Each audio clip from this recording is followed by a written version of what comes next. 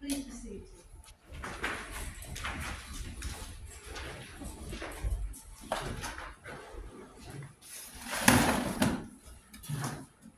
Welcome everyone to the Council's budget meeting.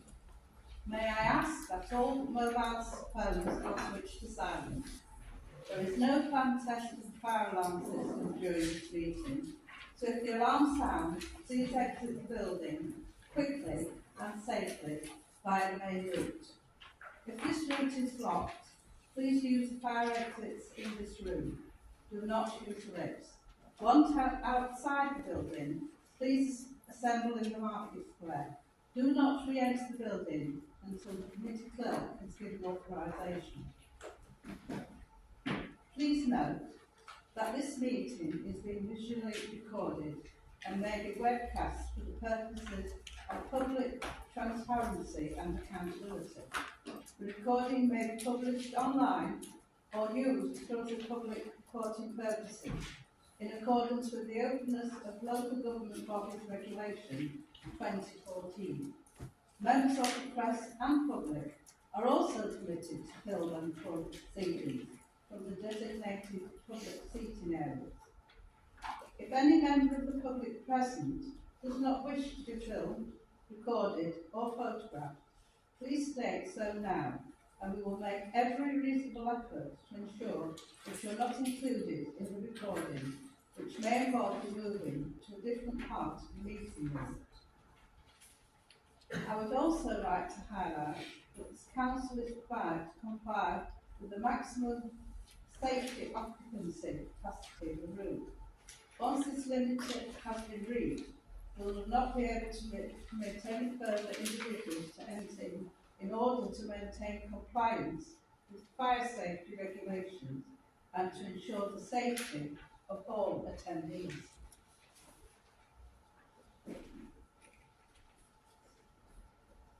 As this is the budget meeting, there is no provision to receive any statements from members of the public who are residing or working in the district relating only to the items of business on the public part of the agenda of the meeting. I would like to remind you that any disruptive behaviour, including oral commentary during the meeting or the use of intrusive equipment, lighting, is not permitted and result in me suspending the meeting to facilitate your removal from the room. If any member wishes to raise a point of order, can you please stand and clearly state order so we can distinguish them from a member who has raised their hand to indicate they wish to speak in the debate. You will need to state the relevant rule which you take issue with and set out your point clearly. As chair, I may ask for the opinion of the monitoring officer before making a decision on how to proceed. Agenda item 1, apologies. Have we any apologies? Yes, thank you, Chair. We have apologies from councillors McCallum, Charlesworth, Naylor, M. Richardson, Troop, White, Eaton, Dixon, Entwistle, Limber and Shaw.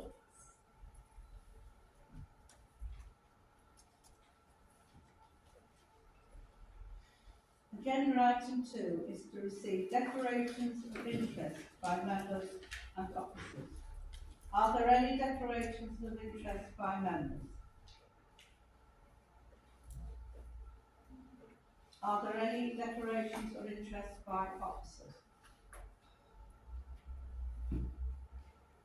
Agenda item number 3 is minutes of a meeting held on the 4th of December 2025, 22nd of January and the 3rd of February 2026. Are there any comments or observations on these minutes? All in favour? Anyone against? Any abstentions? Agenda item number 4 is communications. To receive such communication as the chair, leader and chief executive desire to lay before the council. I wasn't expecting to never speak. And I sincerely hope that both the chair and the vice chair are in good health and back soon. Yeah. And I don't have any communications at this time, Chair. Rita? Thank you, John. I do have communications. Tonight is not simply about improving figures on a page.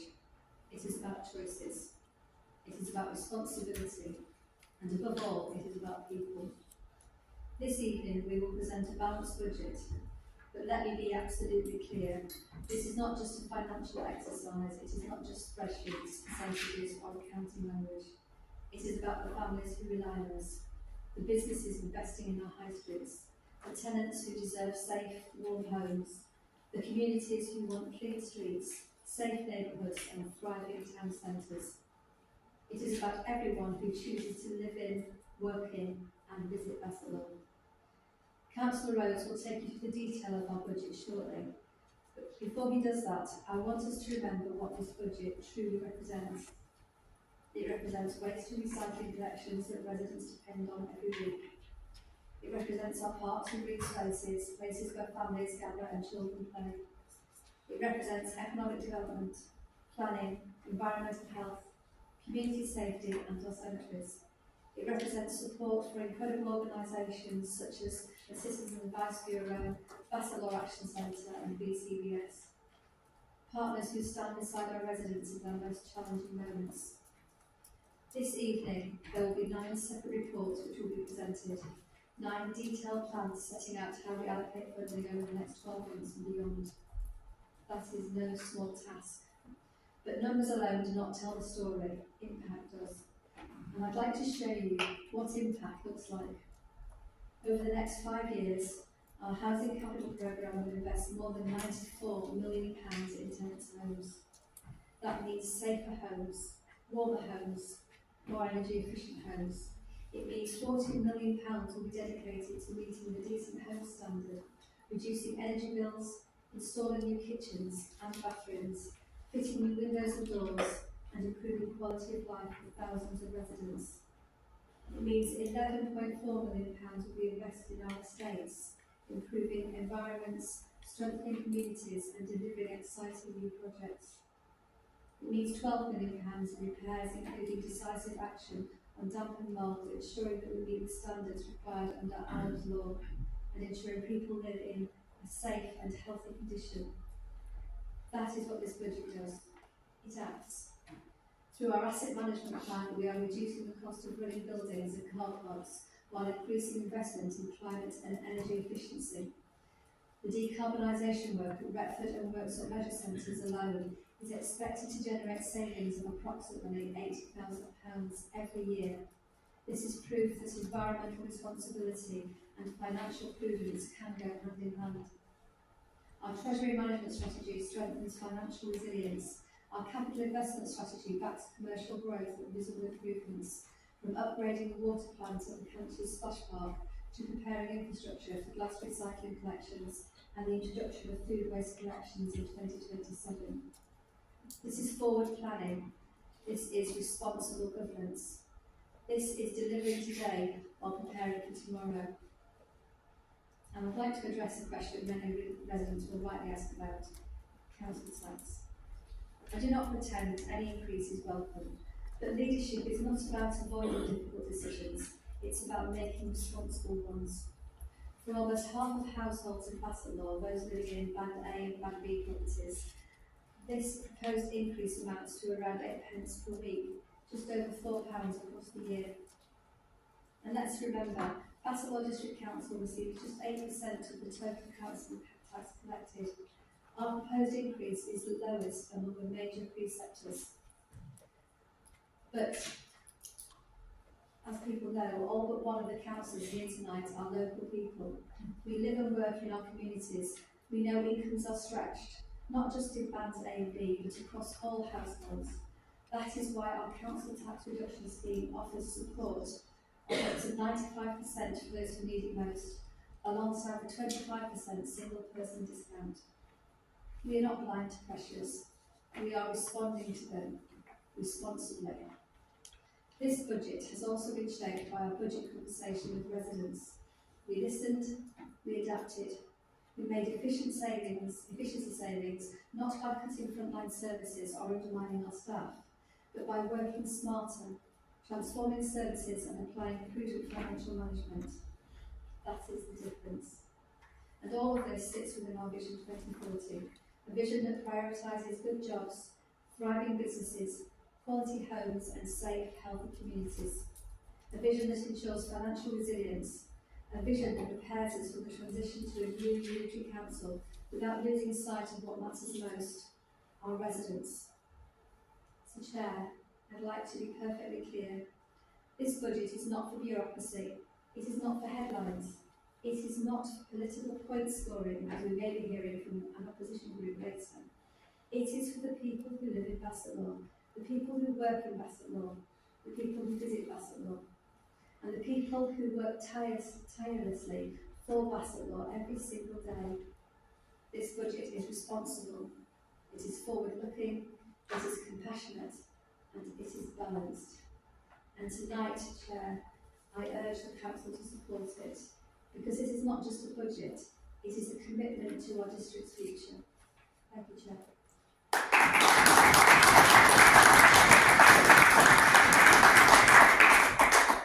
Chair, may I just have one thing? Could I ask for my speech community, please? Thank you. Thank you. Agenda item number 5 is statements from members of the public. To receive any statements from members of the public who are residing or working in the district relating only to the item of business on the public part of the agenda of this meeting. But there are none.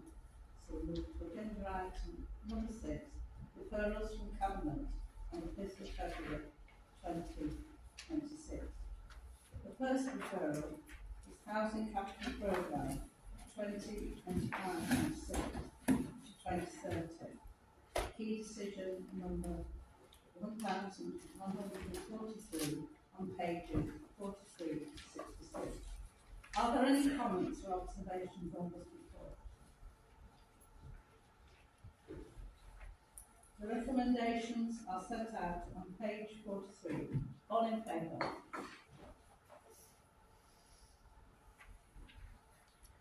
Anyone against?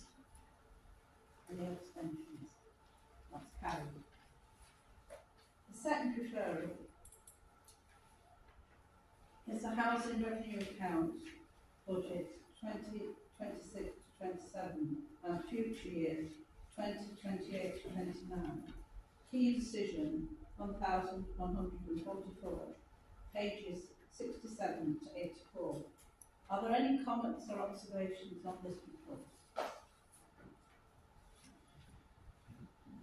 The recommendations are set out on page 67. All in favour? Those against? Any abstentions? That was carried.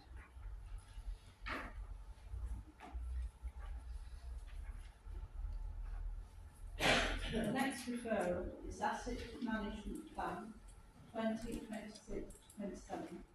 Key decision 1149, pages 85 to 112. Are there any comments or observations on this report?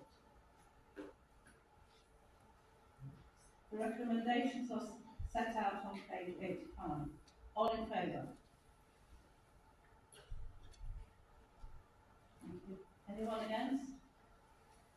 Any abstentions? That is carried. The next referral is Council Tax Reduction Scheme 2026 to 27. Key decision number 1150 on pages 113 to 122. Are there any comments or observations on this report? Councillor McFarlane. Thank you. I would just like to say it's disappointing not to see any reference in the council tax reduction scheme to the RBL's Credit Their Service campaign. Councillors in this chamber voted only weeks ago to accept that the campaign run by the RBL. It's disappointing that isn't reflected in this report. Hopefully that will be considered out of next year's budget.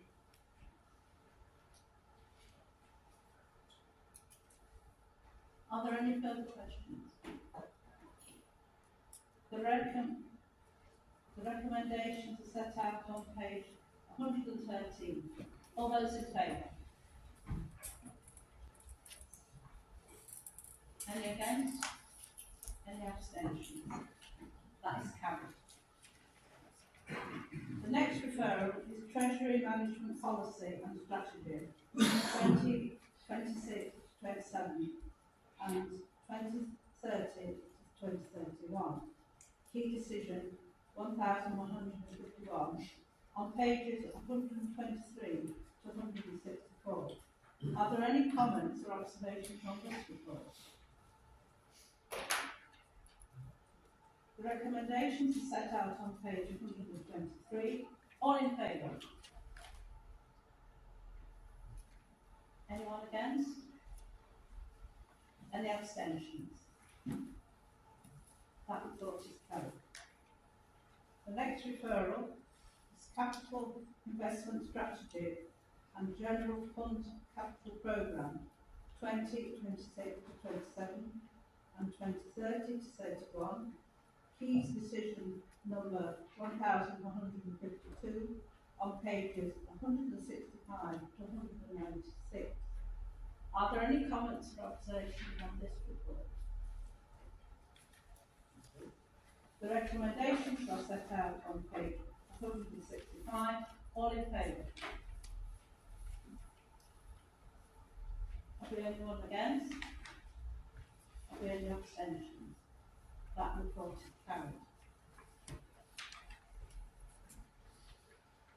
The last referral is the General Fund Budget 2026-27 to 2028-29. Key decision number 1153 on pages 197 to 248. Are there any comments or observations on this report? Councillor Brown. Thank you, Chair. I just wanted to thank you, the Council and the Finance team for once again including the discretionary grants to outside bodies, particularly members' allowances for grants. We have to accept, I think, that this could be the last year of receiving this, but I hope that whatever happens with local government reorganisation, there will be some support for local organisation in the future. So thank you. Are there any further questions or observations? The recommendations are set out on page 197. All in favour? Anyone against? Any abstentions? That report is carried. Agenda item 7, referrals from Audit and Governance Committee on the 16th of February 2026. Constitutional updates, contracts, procedures, rules, pages 249 to 276. Are there any comments or observations of this report? Councillor McFarlane. Thank you. Thank you. This is less about the report, more about the author. I'd like to thank Stella for the work she's done on this report and the work she's done over the years in the numerous roles she's at this council. I don't know if this is going to be her last meeting this evening, but I'd like to honour her with my thanks for us involved since I was elected as council. Are there any further comments? The recommendations are set out on page 249. All in favour? Anyone against? Any abstentions? That is carried. Agenda item number 8, Council Tax Resolution and Budget Headlines 2026-27. Key decision number 1154 on pages 277 to 304. I call upon Councillor Rose to present the budget proposals for 2026-27. Thank you, Chair. To stand to present this particular report. As usual, I begin by paying tribute and giving personal thanks to Mick Wildman, who unfortunately is at a funeral in Hertfordshire today, Karen Luddit, who is here, and their team for their hard work and unstinted support to me in my role as portfolio holder throughout the year. We really are fortunate to have such dedicated and talented team looking after this council's finances. So thank you, Karen, and please pass our thanks on to the team. Chair, it also would be remiss of me not to mention that this will be Stella Bacon's last budget meeting before she moves on to pastures new. The early budget setting date and already set of papers would not be achievable without support from legal and governance and Stella's valuable input as monitoring officer. Stella should be with us at the next full council meeting, which may well be her last or may not, and I feel sure that we'll take the opportunity to thank her once again at that meeting and wish her well for the future. Chair, I'm pleased to present the 2026-27 budget, a budget that demonstrates our continued commitment to financial resilience, strong governance and responsible stewardship during what is an important period of change for local government. This budget reflects not only on the challenges of the present, but also the opportunities ahead. And as we meet the demands of today, we do so with a clear and confident focus on preparing for the future, ensuring that we are well placed for the opportunities and challenges that local government reorganisation will bring. Financial resilience is built on disciplined planning, sound judgment and honest assessment of risk. This becomes even more important as we plan for a future shaped by local government reorganisation, and we recognise that our ability to transition smoothly depends on stable, predictable financial arrangements. In addition, Chair, to manage day-to-day pressures, we've also taken a careful and measured approach to our capital programme, and we prioritise projects that are essential, affordable and deliver clear long-term benefits for our communities. By focusing on schemes that strengthen infrastructure, maintain our assets and support service delivery, and we're ensuring that our capital investment remains sustainable and aligned with our financial capacity. This disciplined approach protects the Council from long-term risk while still delivering improvements that matter locally. Whilst the financial settlement for this year has provided some reassurance, we continue to emphasise the importance of longer-term certainty, not only for this authority, but for the success of reorganisation across Nottinghamshire as a whole. Just to note that following receipt of the final settlement, there have been changes to our funding profile, including a reduction in the revenue support grant, which has been wholly offset by the introduction of a new adjustment support grant in 2026-27. I'm pleased to report that these revisions have no detrimental impact on our financial position for 26-27. Any implications for later years will be fully assessed and presented within a further update to the medium-term financial plan in the new year, ensuring continued transparency, accountability and robust financial management. As we look ahead, we continue to stress the importance of a fair and sustainable national funding framework with local government. We welcome the government's ongoing work for the Fair Funding Review, which has the potential to provide greater clarity, consistency and equity in how resources are distributed across the sector and across multiple years. In the same way, we recognise that the planned business rates reset and wider business rates reform will have significant impact on future financial planning. A reset that reflects genuine growth and a reformed system that is simpler, more responsive and better aligned to local economic conditions. That will support stronger long-term stability. Greater certainty in these areas, particularly as we move forward to reorganisation, will be essential in enabling councils to plan confidently, protect vital services and manage transition effectively. Clear and timely transitional arrangements will be vital to protect service continuity and ensure that financial responsibilities are understood and managed effectively throughout the process.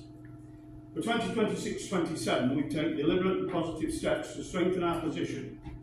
We protected and reinforced our reserves, ensuring they remain at a level capable of supporting service continuity and meeting the additional demands of transition.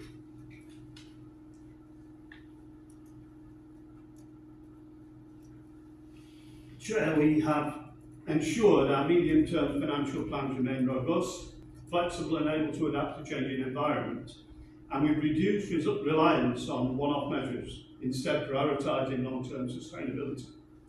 This responsible and forward-looking approach gives us the confidence and certainty we need to deliver our communities today while preparing sensibly for tomorrow. Underpinning this budget is a set of strong financial principles that guide every decision that we take.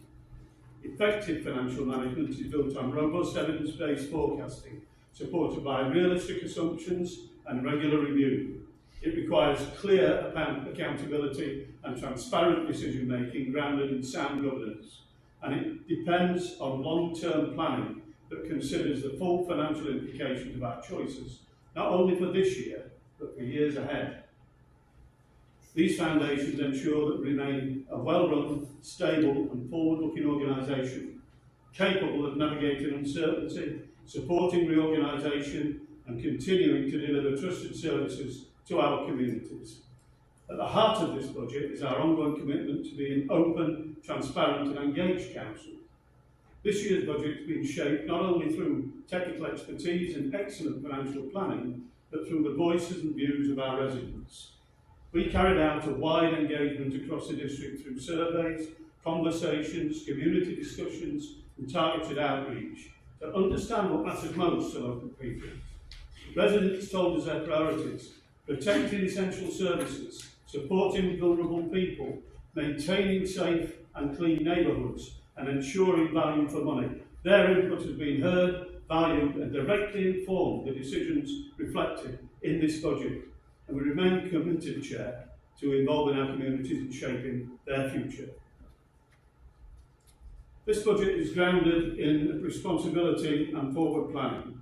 It protects those essential local services that Bassetlaw people rely on, whilst preparing the Council for future structural change and the onset of local government reform. This, I would argue, is in stark contrast to the reform-run Nottinghamshire County Council, who are failing significantly to address the rapidly deteriorating roads and pavements across the county, including here in Bassetlaw, turning our district into pothole hell, despite having received an extra £29.5 million from the Labour government and £15.1 million from Labour's East Midlands Mayor Claire Ward, an amount the leader of the County Council and the Cabinet Member for Highways, who ironically lives in Worksop, declared wasn't enough.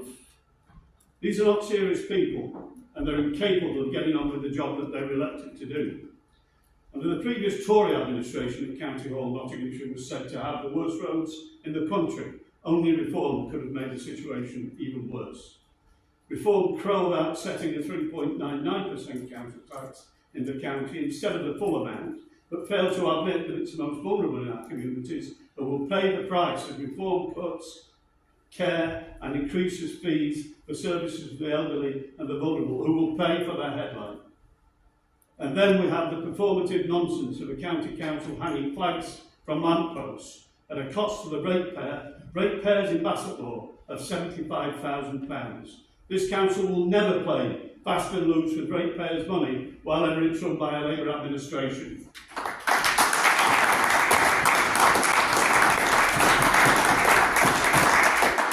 Our roads are like the surface of the moon, totally unacceptable. Even Robert Jenrick, the Reform MP for York, agrees with us.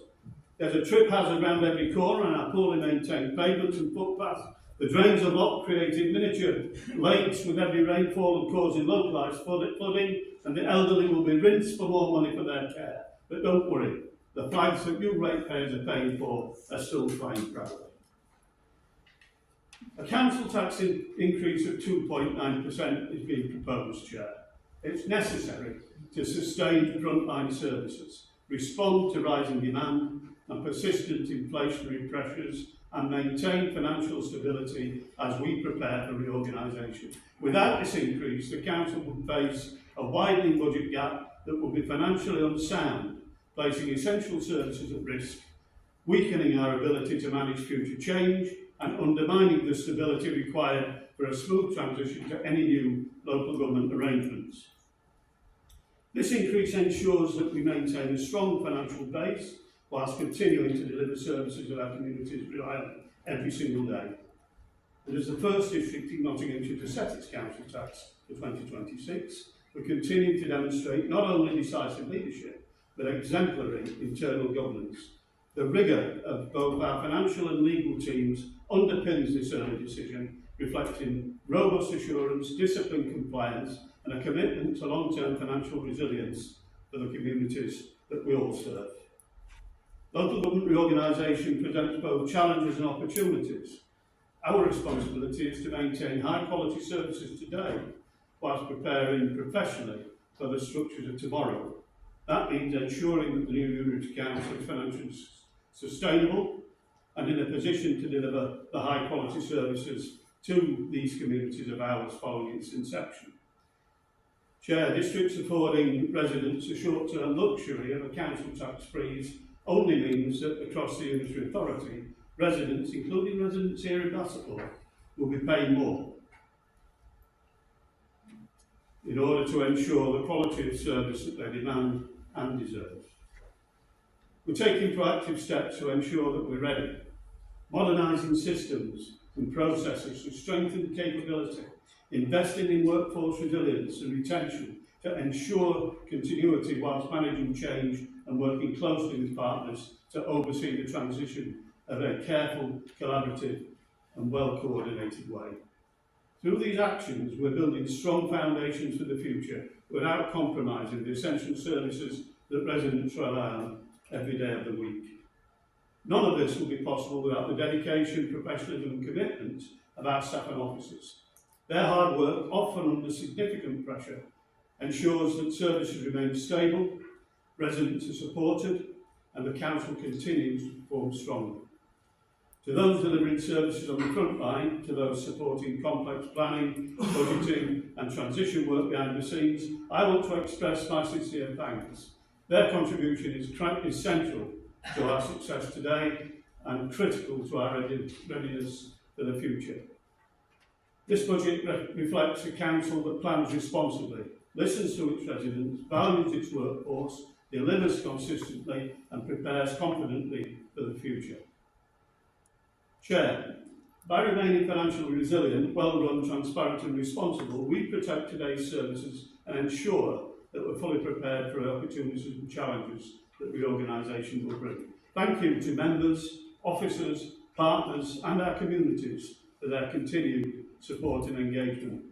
Together, we will keep strengthening our council and our district, ensuring that 2026 is a year of sustained stability, readiness and clear progress for our communities.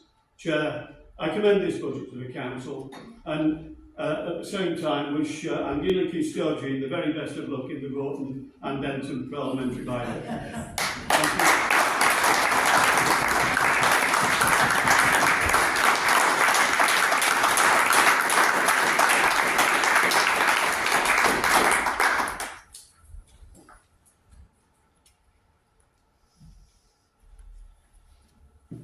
I call upon Councillor Evans to second the proposal. Chair, I do second these proposals, but I would like to speak later, so I reserve my right to speak later.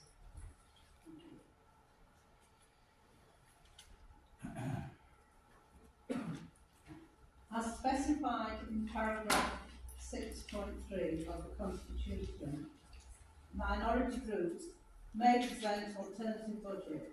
I can confirm that the Control Group have submitted an alternative budget proposal to the Section 151 officer. Does Councillor McFarland wish to propose the budget amendments? Yes, I do. You have a maximum of 15 minutes to speak to your proposal.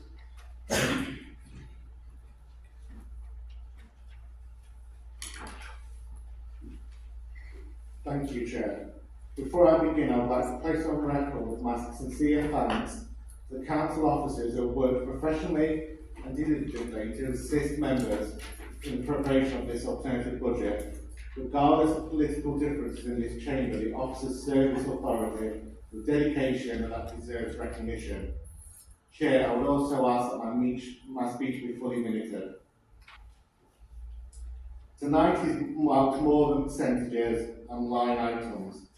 It is about accountability, it's about direction, and it is about whether we are prepared to admit that residents across this district already know. Labour broke Bassetlaw, only reform will fix it. For years we have seen rising costs, tired ideas, the same excuses, our town centres have struggled, residents feel taken for granted, taxes go up, yet people ask a simple question: what is getting better? And once again tonight, the Labour administration is the same, increasing council tax by the maximum. When families are stretched, when businesses are under pressure, when confidence in local government is fragile, they reach for the maximum. That is not leadership, that is an addict. Reform offers a different path, one rooted in fairness, responsibility and a renewed focus on people. Let me start with fairness. If you live in a Band A or Band B property, you are more likely to be on a modest income. You are more likely to feel every increase in council tax. Yet under Labour's proposal, you'll pay more. Our alternative budget provides a council tax rebate for Band A and Band B households. Targeted, practical and fair. Because fairness means recognising who needs most help, not applying blanket increases and hoping for the best. Let us turn to our town centres. In Worksop and Retford, residents and traders tell us the same thing: parking policy matters. When parking feels punitive or restrictive, people shop elsewhere. They rush, they leave early, or they do not come at all. Labour approach has not revitalised our high street. It has contributed to their decline. Labour broke Bassetlaw. We will introduce ANPR cameras so drivers pay for the time they actually use. No more clock watching, no more guessing, a modern common sense system designed around shoppers, not bureaucracy. We'll also introduce free parking on market days, Fridays in Worksop and Saturdays in Retford. Market days should be a draw, not a deterrent. Free parking on these days will boost footfall, support traders and send a clear message this council backs local enterprise. And we are going further. We will fund 2 new pop-up shops in the Priory Centre. If you want entrepreneurship, you must create opportunity. Pop-up shops, spaces, lower the barrier to entry for small businesses and startups. They create vibrancy, they create talent locally. This is how you begin to repair what's been neglected. Because Labour broke Bassetlaw, reform are going to fix it. Now let's talk about communities. We propose doubling the councillors' ward grants. These grants fund real, tangible improvements, community groups, youth projects, environmental enhancements. They empower councils to respond directly to the needs of their residents.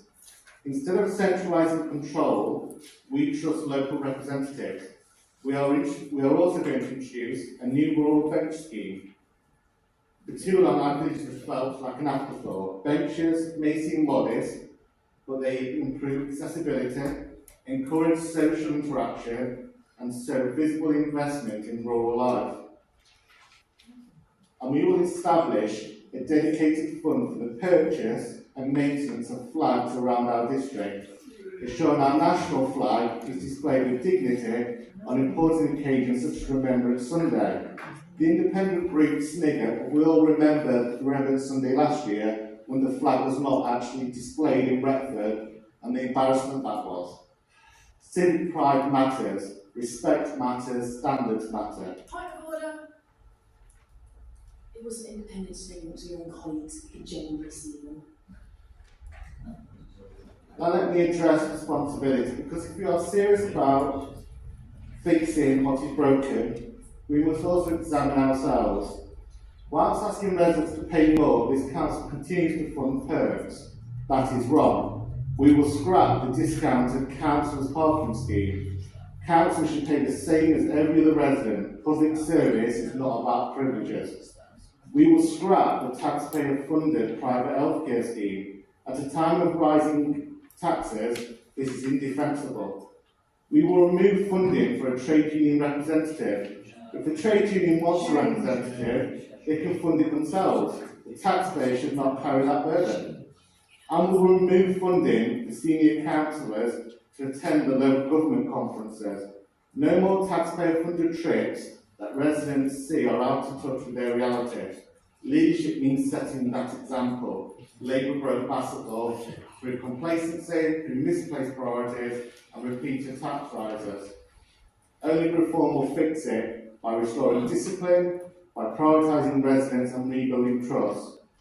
This alternative budget proves something important. You do not have to choose between supporting residents and balancing the books, but you do have to accept the maximum tax rises. You do not have to accept that the maximum tax rises are inevitable. You do have to tolerate waste while asking families to tighten their belts. There is another way. A way that supports Band A and Band B households, a way that backs our high streets, a way that invests in grassroots communities, a way that removes unnecessary perks, and a way that puts people first. Chair, tonight members must decide whether they are content with the status quo or whether they are ready to acknowledge that change is needed. Residents are watching, they want honesty, they want fairness, they want leadership.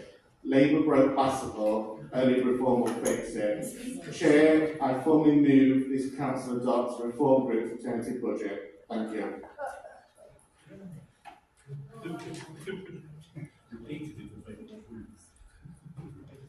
Can we have order, please? Call upon Councillor Stanton to second the budget amendment. You've got 5 minutes. Second the amendment, and I'll speak back as well.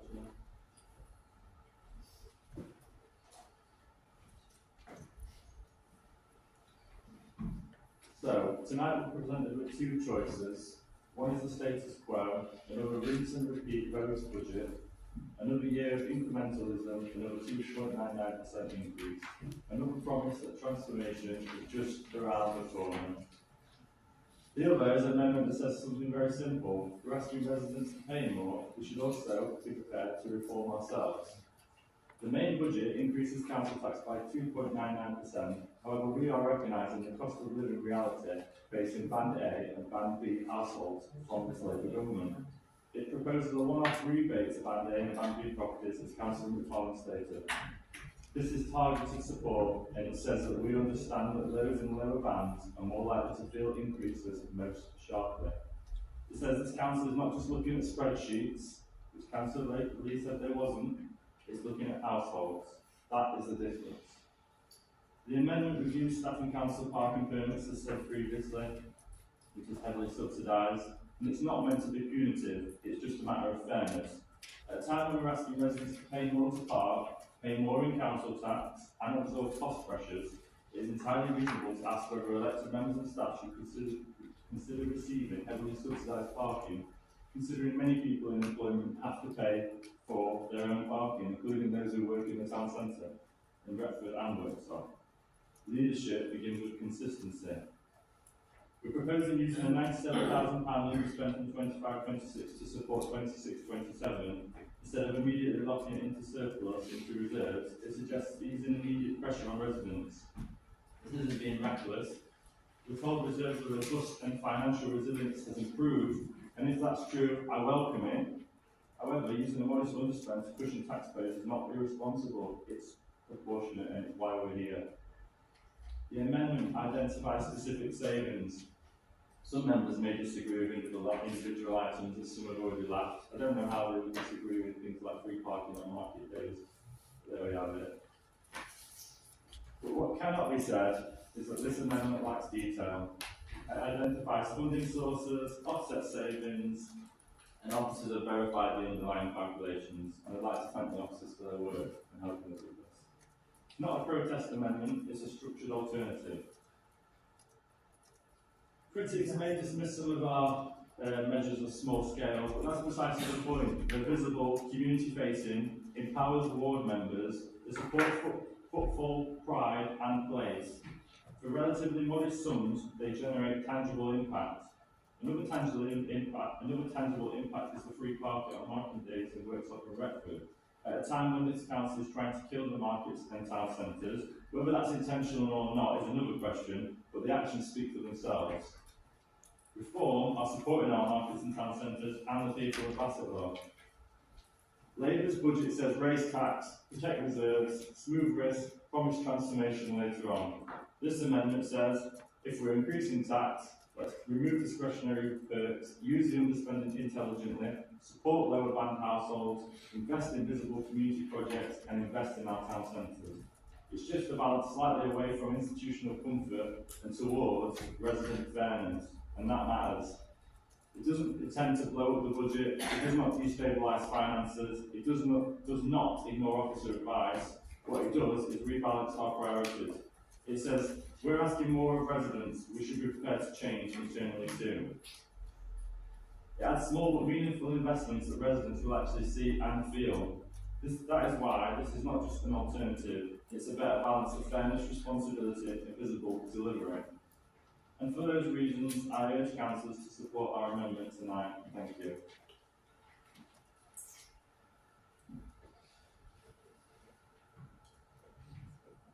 Are there any other comments or observations on the amendment? May I remind councillors that we can only speak once for a maximum of 5 minutes. Councillor Rhodes.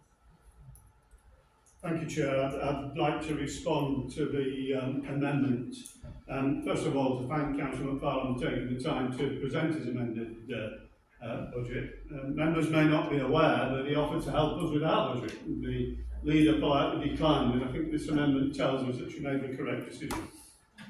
The Labour Group rejects this amendment to our budget and will explain why point by point. The proposals present weak value for money or introduce avoidable workforce risks during a challenging period of change. The proposed council tax rebate, whilst politically visible for the opposition, delivers negligible benefit to selected households and costs £137,000.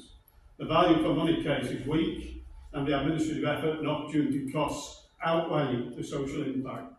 By contrast, the review of staff and council parking permits offers a large saving, but the staff impact risks are substantial, and this may damage morale while straining recruitment and staff retention during a period of significant change in local government organisation. Using the £97,000 underspend provides a short-term financial relief that risks propping up recurring pressures with one-off resources, weakening long-term sustainability. It's also dependent upon the underspend materialising. Ending the Westfield Healthcare Scheme saves £41,000, but again, erodes the council's employment offer, particularly when other benefits are also being reduced, making it more difficult for us to recruit and retain staff. Deleting trade union representative posts, well, that's a telling suggestion, isn't it? But it offers limited financial return, £13,000 a year. Yet it may significantly undermine employee relations, increase grievances and consultation pressures, and ultimately generate hidden operational costs. APNR modernisation is sensible in the long term. It's something that we're looking to introduce on a piecemeal basis, but the part-year staff savings of £17,000 is minor relative to the required capital investment. Whilst the market day parking concessions support the local economy, it permanently removes £71,000 in income without guaranteeing economic uplift. Smaller discretionary schemes, council grants, pop-up shops, rural benches and flag displays offer community visibility to relatively low cost, though they should attract scrutiny when frontline budgets are under such pressure. Overall, most of the measures lack strong value for money justifications and require tighter scrutiny of long-term financial and workforce implications before any further consideration. Chair, this council is facing a challenging future, and managing our finances responsibly requires a lot more than Fraser's fantasy finances. Local government is no place for lightweights, clowns and far-right cranks, and the people of Bassetlaw can be assured that their services and their public funds are in safer hands with Labour.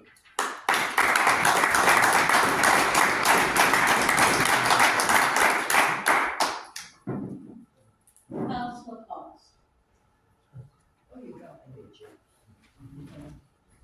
I'd like the Fraser McFarlane to answer why he wants to get rid of the union. I'm afraid you can't do that, I can't ask that. Can I speak on it then, please? Right, I've been a Unison member for 40 years plus, and without a union at back of you, you can be well, depending on where you work and what have you, and you've got nobody to turn to because that management don't care. And I think we're protected by having a union in this Queen's building, and I just don't agree with what he's proposing to get rid. Thank you.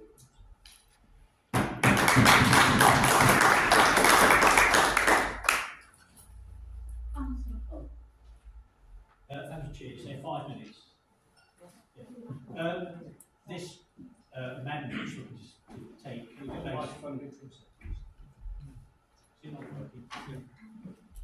Yeah, this amendment would take around about £300,000, mostly from the staff. I think we all understand that the most valid asset in any organisation is the people who work for it. Even more so during a period of transition. The reform budget is a clear attack on the workforce. The changes and loss of benefits for the staff would inevitably affect recruitment and retention. The changes would have the potential to destabilise the organisation at a time when the authority needs to concentrate efforts on the best outcome of local government reorganisation. And of course this is key to providing the best services for the people of Bassetlaw. It appears that reform members do not understand that local authorities need a medium and long-term resilience, not short-term gimmicks or declaring war on the workers who serve our residents and that we all depend on. I have no confidence that their amendment would achieve short, medium or long-term financial stability to the organisation. It commits to immediate and substantial expenditure, like I say, £320,000, which will be borne by hypothetical, risky, unsecured, projected savings which are all unlikely to be materialised, but all of which are essential for a balanced budget. Many of the measures mean additional costs of implementation, systems changes, impacting a number of departments.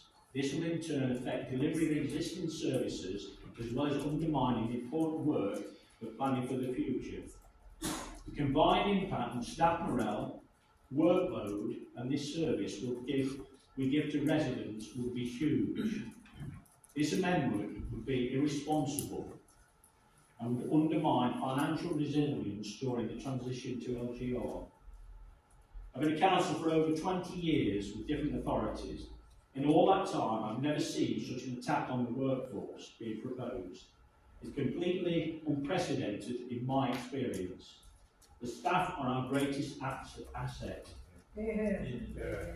Attacking our workforce in this way it's being proposed, including removing the post of a trade union representative, which is unthinkable, would amount to a massive and very risky experiment for the sake of a few Facebook clicks. We're in a position where we're trying to recruit staff. We have hard to fill vacancies. Local authorities throughout the country are finding it hard to fill posts. Removing discount parking and healthcare benefits at the same time as asking staff to do more and more is a recipe for disaster. I've years of experience of political opponents verbally attacking each other. It's the way of our political system, it's the way it works. But the reform budget amendment amounts to a full-on, blatant, and completely unjustified attack on the workforce. This council, over the years, and under different political control, has a proud record of fostering good industrial relations. We work along representative bodies, and it makes sense. I cannot support this amendment, and I urge every single person within this room to vote it down. Thank you, Chair.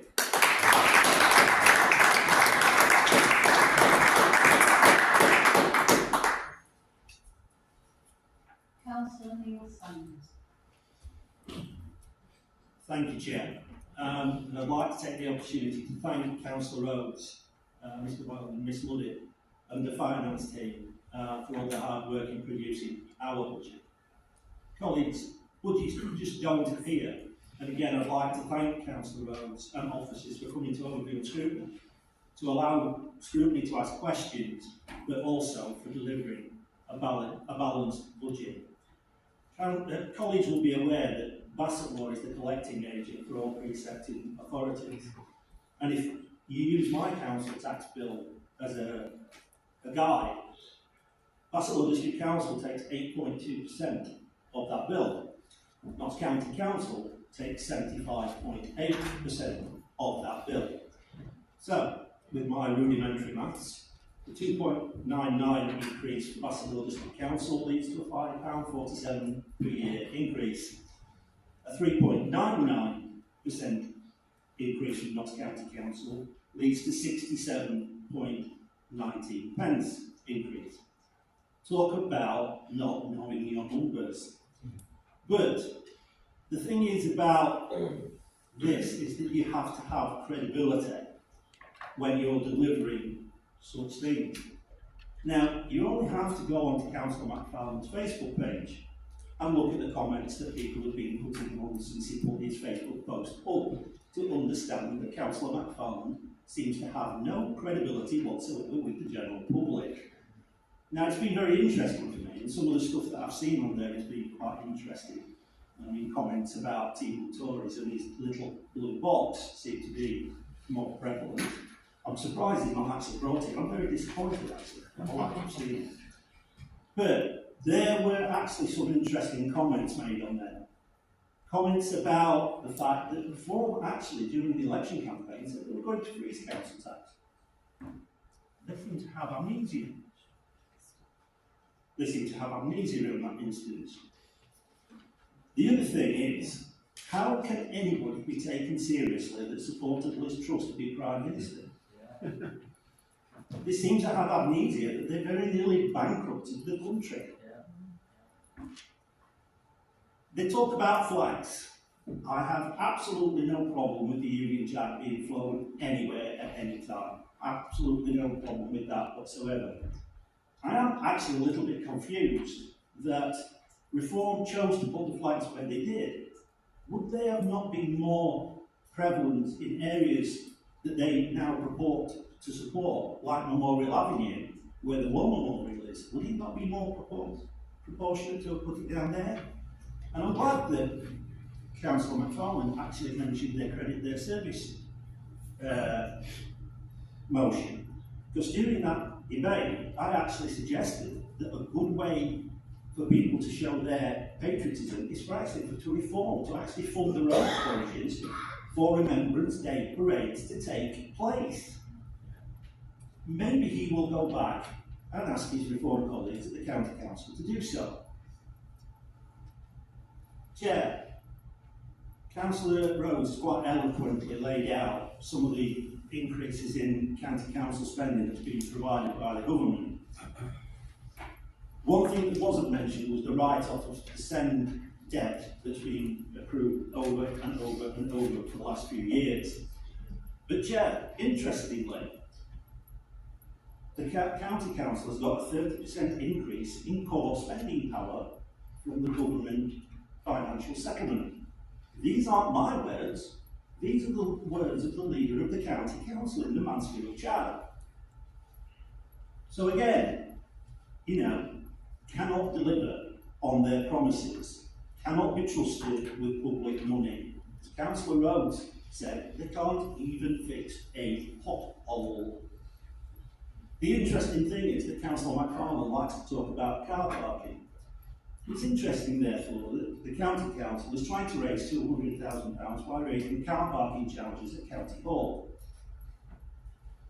Chair, I talked about credibility. Unfortunately, Councillor McFarlane has once again shown he has no credibility. Reform Party has no credibility.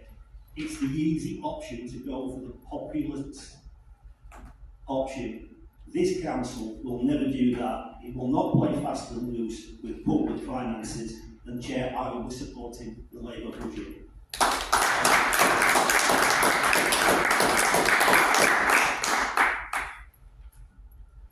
Councillor Horrocks. Thank you. Firstly, I'd like to say congratulations to Councillor McFarlane. It appears he's changing career. By the amount of jokes that were in that, you can see he's going for stand-up comedy. It was a good performance. He told him practicing them jokes. Jokes of council tax rebates, free parking, more grants, new schemes, new funds, all with no financial consequences. It's like a lottery wish list without checking if you've ever bought a ticket. It seems that Reform have had help writing the amended budget from the Liz Truss Institute for Fantasy Economics. Balanced finances seem to be oppressive, gravity seems to be optional, and if you just believe hard enough, deficits disappear. But we all know Councillor McFarlane's got a challenging relationship with political finances. He believes less in managing money and more that he can bend it to his will. But unfortunately, budgets are stubborn. You can't really put it down to simple human error, as he has before. You look at the parking proposal. I mean, nobody wakes up in the morning and thinks, oh, I can't wait to pay for parking today. It's not something that we have on a whim. But to think that you can set up an ANPR system and it be free. The cameras cost money. The software costs money. Maintenance costs money. Enforcing it, again, costs money. You don't get financial efficiency by installing an ANPR system by magic. It doesn't work that way.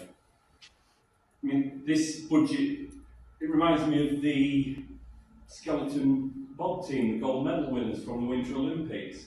It's a head-first descent. Unfortunately, this isn't down an icy track like they've trained for years to deal with, knowing every bend that's going to come along the track and what they're going to do at the bottom. No, this Councillor McFarlane has no idea what he's going to do when he smashes head-first into reality at the bottom. I mean, the biggest joke in there, the flag fund. Look, I fully support flying flags. I've represented this country on a sporting sense. Didn't do very well, but still represented under our flag. But if this was written by a satirist, they'd throw that part out for being too far-fetched, the amount of irony there is in there. It was only just over a year ago, Councillor McFarlane brought a motion to take down flags, take down our flags from Bassetlaw buildings and put up a foreign nation's flag in its place. It seems now that it's changed from take down flags to fund a policy to keep them up. I mean, that's not political evolution, that's a change in political direction so quick you'll get whiplash. But, I mean, if we're going to talk about the Olympics as well, there could be another Olympic event of political shit jumping. It seems that it's very popular these days. We've definitely got a few contenders that could be standing in the Olympics by all the recycled form Conservatives, for short matter reform. But back to the numbers, we promised rebates, promised 3 days, promised expanded grants, and when the question is brought up of how's that funded, don't really know. It's sort of promised in there, but the numbers don't seem to do any backing up. Confidence in it is not a funding stream. Optimism is not a revenue source. Enthusiasm doesn't balance a budget. But finally, Chair, we're in awards season with the BAFTAs and the Oscars, of rewarding dramatic performance and cinematic excellence. Well, I think we should have our own Bassetlaw District Council Awards for creative writing, fictional arithmetic and comedic performances in a budget. Because on that performance, Councillor McFarland is definitely a nominee for this year's Quarting Award for most ridiculous budget. Thank you.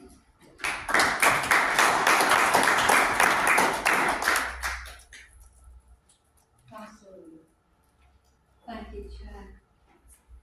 I've heard a lot of criticism of Councillor McFarland tonight. I would like to say something that isn't quite critical, which is that Councillor McFarland is consistent.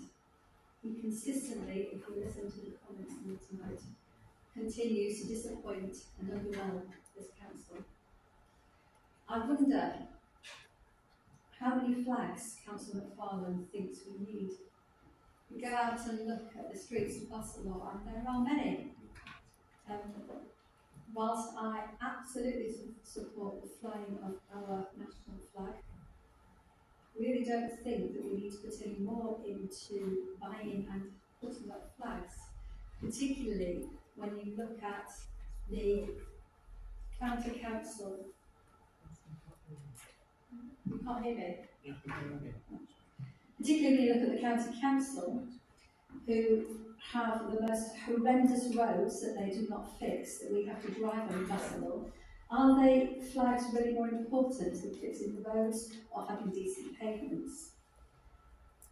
Councillor McFarlane, you keep talking about a broken Bassetlaw. You don't live here, you don't work here.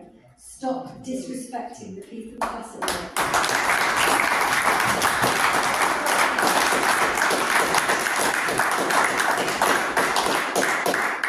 Stop disrespecting the people of Bassetlaw who actually do live and work here. Your alternative budget does not detail how you're going to make the savings for your additional flags, etc., except by attacking our hard-working staff. Any budget needs to be responsibly managed. It should not just be sound bites and political points for them. You talk about the Labour budget taking money from the poor. I will remind you that almost half of households in Bassetlaw, those living in a Band Aid property, this proposed increase amounts to around 8 pence per week, just over £4 across the whole year. And I will remind you that Bassetlaw District Council receives just 8% of return from council tax collected. Councillor Sanders detailed the cost of the 75% that the county council gets from the average taxpayer. Our proposed increase is the lowest among the major preceptors. You and Councillor Sandland mentioned leadership. Leadership is not about avoiding difficult decisions. It is about making responsible ones. It is not about populism and about divisiveness. It is not attacking and demeaning people. Councillor McFarlane, I thoroughly reject your alternative budget.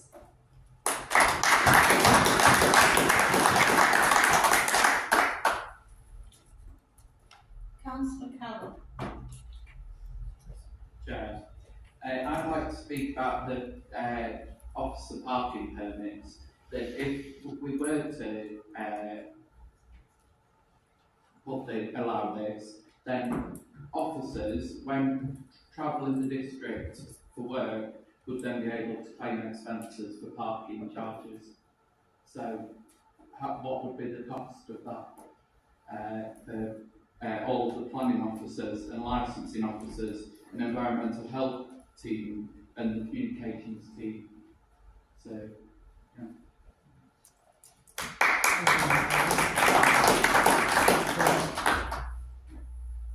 Councillor Bidwell. Thank you, Chair. I want to come back to not Councillor McFarlane's slogan, but Reform's slogan. Because they all say it, it's just a matter of time before Councillor Richardson will be saying it. I want to...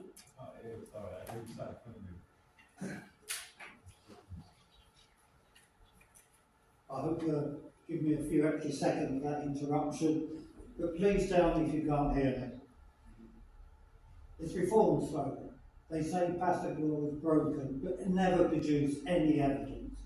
But I would like to just present some evidence which is contrary to this ludicrous statement.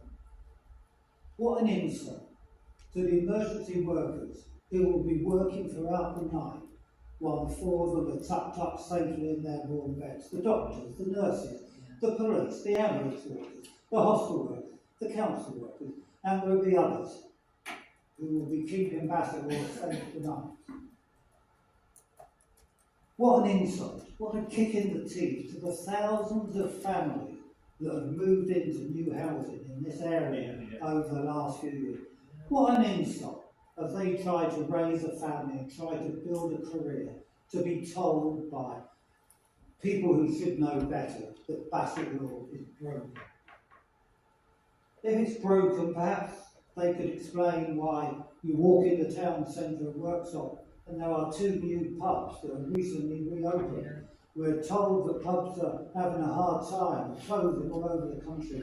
Well, we've got two within 100 yards of this building that contradict that, and there's a third one coming toward, down by the canal shortly. We're told that you can't get dentists. I walked into, the first dentist I walked into in Worksop 18 months ago on Watson Road, took me on as an NHS patient. No queuing, no hesitation. 2 years ago, a new dentist surgery opened in Worksop, making five within half a mile of this building. So how ridiculous are their assertions? My wife recently had to go to A&E. We're told that you have to wait hours and hours of treatment. She was seen within an hour by a doctor and was done and dusted within 3. Where else are we? Hang on. Can you hear me now? Okay. And then let's look at the industry that's pouring into Bassetlaw. Not just the stuff that's going on in Trent Valley, but just listen to the national and multinational boards who have decided to invest in Bassetlaw in the last couple of years.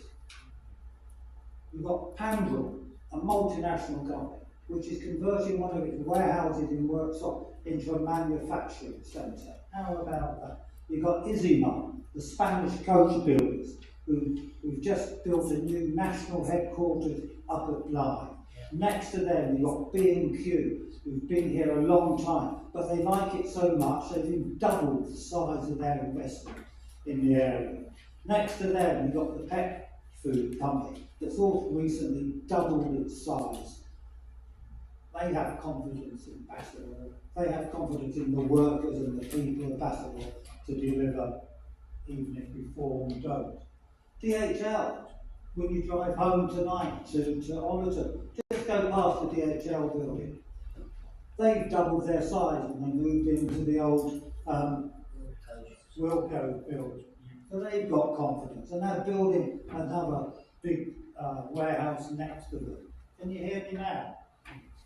Right, where else are we? And to top it off, just recently, Premier Food have announced a 36 million investment in their Claymans building.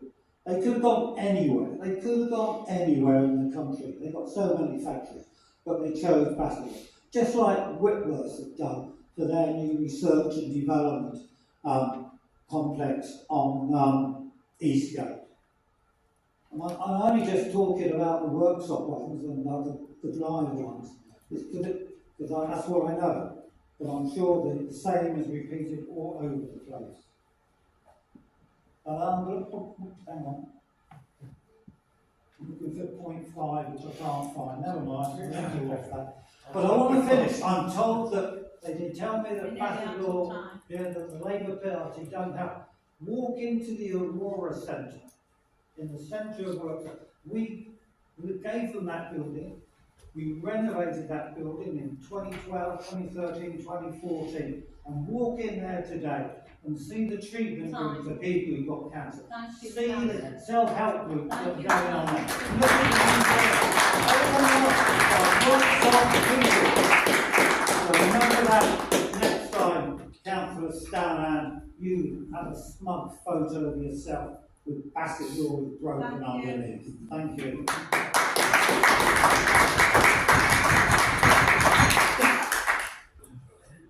Councillor Carrington Thank you, Chair. It's the old adage of I wish I could go on first. Better second house, hopefully, David. I'd like to associate myself totally with the comments of my ward members. No wonder we get on so well. Oh. I too am very tired of people saying that Bassetlaw in this nation is broken. I'm a deeply patriotic man, but I was brought up on the adage that patriotism is the last refuge of a scoundrel.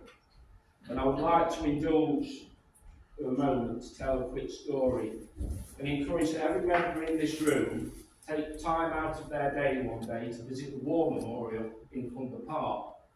Look down the names and you will see there proudly written Richard Smith. If you then get the opportunity to go into the chapel in Clumber and see the War Memorial inside the chapel, which at the time was private, you won't find Richard Smith, but you will find the name of Rudolf Schmidt. Rudolf was an Austrian, a valet who worked in Clumber House, fought for the Allies in the First World War, and gave his life for this country. When his name was put on the public memorial, it was anglicised to Richard Smith. Now, a flag means many different things to many different people, but in this day and age it would appear that the flag is there to cover over the divisions that some people require for their own personal political aggrandisement. We've heard quite a bit tonight about fairness. Fairness for me is supporting low-paid workers through the minimum wage and employment rights. Fairness for me is to ensure that the NHS remains free, the point of service for everybody. Fairness for me is this council taking the lead in actually providing increased GP services within metres of where we're actually stood today. We talk about running down Worksop Town Centre. A £20 million investment is coming to Worksop Town Centre. Why can't we have a little bit more pride in the area that we happily represent instead of doing it down? Thank you, Chair.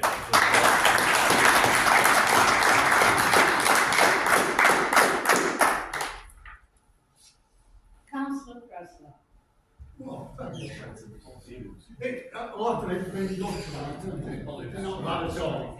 But we'll just reflect on this now. This is an amendment by Reform. It's an amendment. It's not a budget. It's not anything else.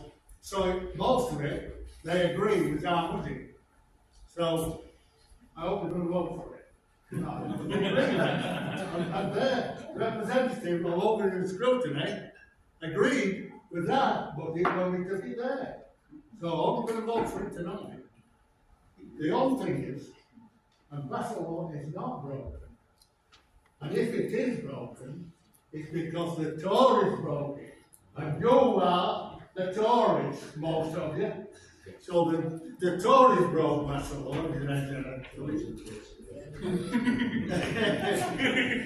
and looking at something you said in here, it's a matter of facts. And I agree with facts, we should have them all. The council buildings and everything.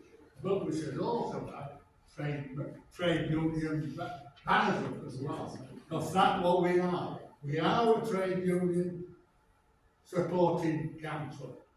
And we've always done that. The best thing we can do is vote for this budget. It's a great budget.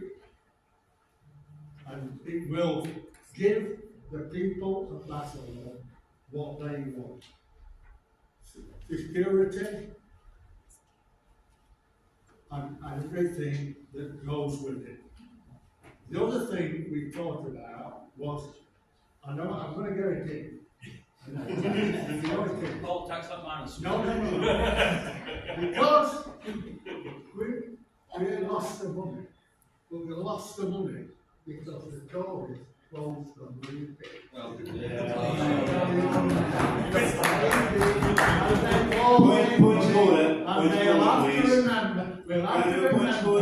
That's walking down the I think you'll find that Labour closed more pits than the Conservatives. But you'll never actually ever stay now, will you? You can have your say. That's having been 10 minutes tonight, isn't it? Poll tax, David. They closed the pits, and Maggie Thatcher was the principal person who closed the pits. I'll tell you something, Labour closed the pits, but they didn't close the industry. The Tories closed the industry, and that's where we lost our shop in Worksop and Retford and the bow stations and all that. So let's not forget that at all. Until the last bit I'm going to say is that thanks for the amendment, because you're promoting our budget. There's nothing here that changes the budget at all. Nothing. It's not an open amendment. It's a quite happy thing. It was made up last night. I think you did. Anyway, thank you, Chair. Chair, can I ask a question? Or make a statement, please? No, you can. No, we can't do that. Can I respond to? No. Can I respond to Mr. Presley? No. No. All right. So, I just have to annoy him, sit here every time and listen to a verbal political tirade from Mr. Presley without giving a response. So, unfortunately, I can't give a response, but I will certainly write it and give you.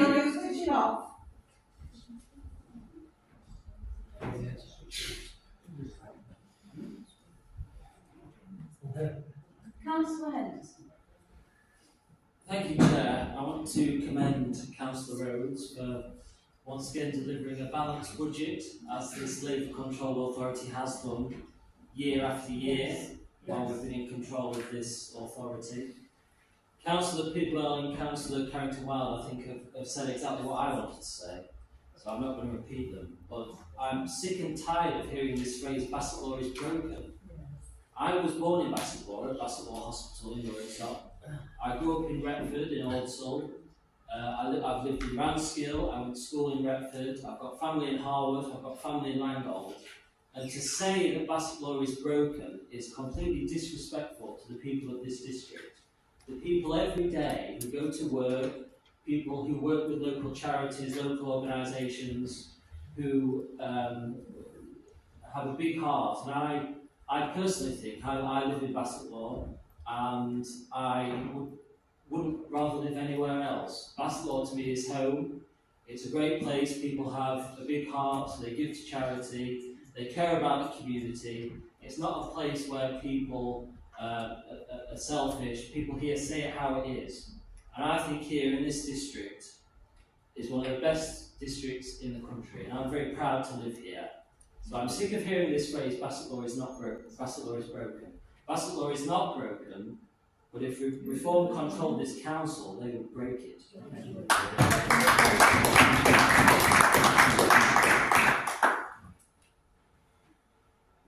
Councillor Debbie Marie. Thank you, Chair. I've sat and listened to a lot of this, but I've got to ask a few things or bring a few things in. I'm proud that I was born and I live in Bassetlaw. I'm also proud that I was a union rep.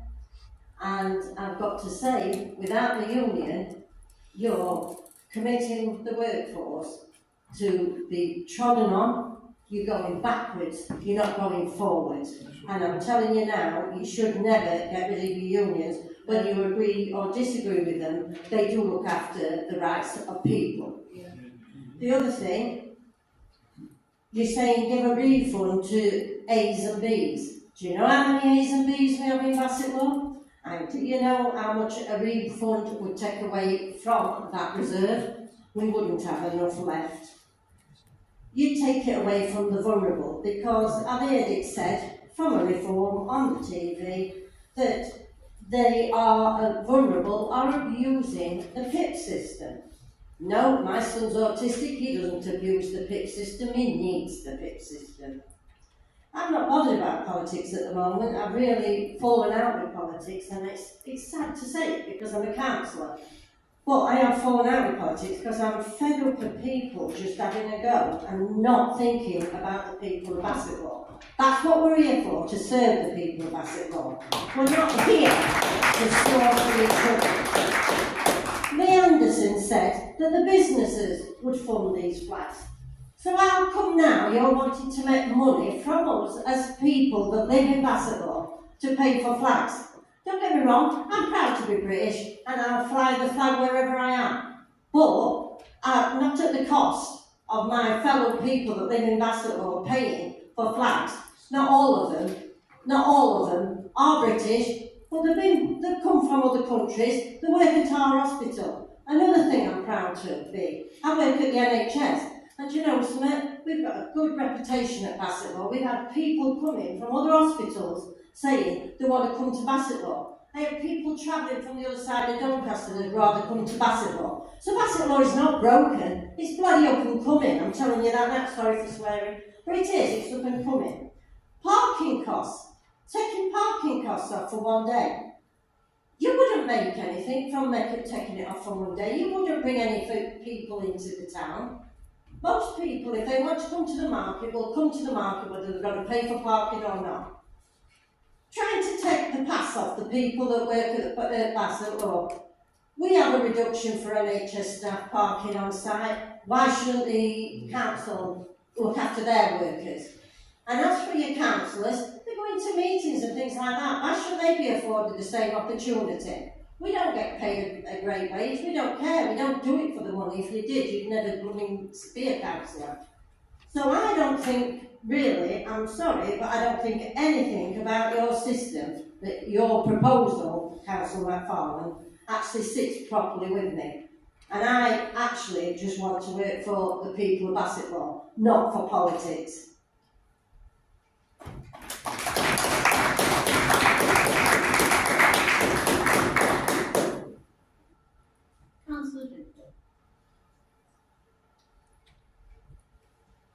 Thank you very much, Chair. I just kind of want to say there are so many aims that you make in the amendment that I agree with. I agree that we should support our high streets, but I feel like, are you not aware of what's actually happening here in high streets? We've just had the Town Partnership Board do so many significant changes to Retford. We've got Worksop together that's just been formed, and we're investing in our market stores that request our market traders, and now we're investing in Retford's bottom market. The way we're investing in our community isn't a massive financial loss in the future, it's investing in it to bring back more money into this area. And I feel that's something you've really misunderstood. If these aims actually worked, I would happily support you. I'm really not that, what do you call it, tribal, but it doesn't work. The bottom market's going to bring in pop-up shops that we can fund, that we can support, and bring in new businesses into this area. I just really, really wish that if you want us to invest, we might get some help for your charities.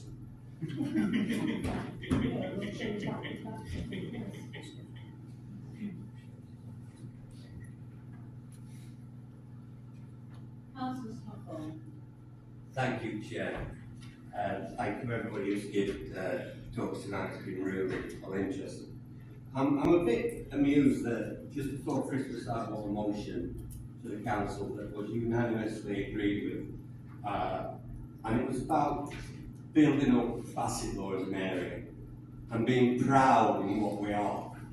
And I asked us now, we're all sat here now, right? Sat here talking, and we've got that thing there pointing at us, right? Recording everything we say.